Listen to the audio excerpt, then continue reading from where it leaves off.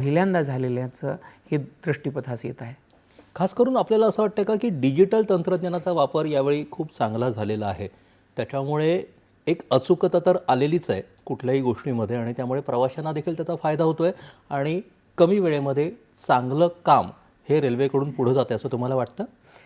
नक्कीच याच्या सर्व कामांमध्ये डिजिटल तंत्रज्ञानाचा हा वापर झालेलाच आहे. कारण याच्यामध्ये ड्रॉइंग्सपासून सुरुवात असू द्यात किंवा जे कल्पनामितीतलं जे चित्र असतं किंवा ज्याची 3D ड्रॉइंग आपण म्हणतो किंवा इम्प्रेशन्स म्हणतो ते असू द्यात, ते अगोदर बनवल्यामुळं त्याच्यामध्ये नेमकं आपल्याला काय अपेक्षित आहे आणि सोबतच ह्या सगळ्या रचना करत असताना तिथल्या स्थानिक विशेषता काय आहेत यांचं लक्ष ठेवलं गेलं.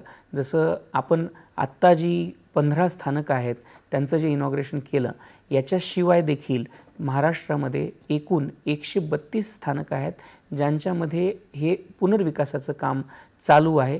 या सर्व स्थानकामध्ये तिथली स्थानिक लोककला असू द्यात, तिथली स्थानिक कुठलीही कला असू द्यात, तिथली स्थानिक संरचना असू द्यात, यांच्या लक्षात ठेवून यात कामं केली गेलेली आहेत. जसं उदाहरणादाखल आपण जर माटुंगा स्थानक बघितलं, माटुंगा स्थानक हे 2016 पासून केवळ महिलांद्वारे चालवलं जाणारं स्थानक म्हणून आपली एक वेगळी निर्माण किंवा वेगळी ओळख त्यांनी निर्माण केलेली आहे.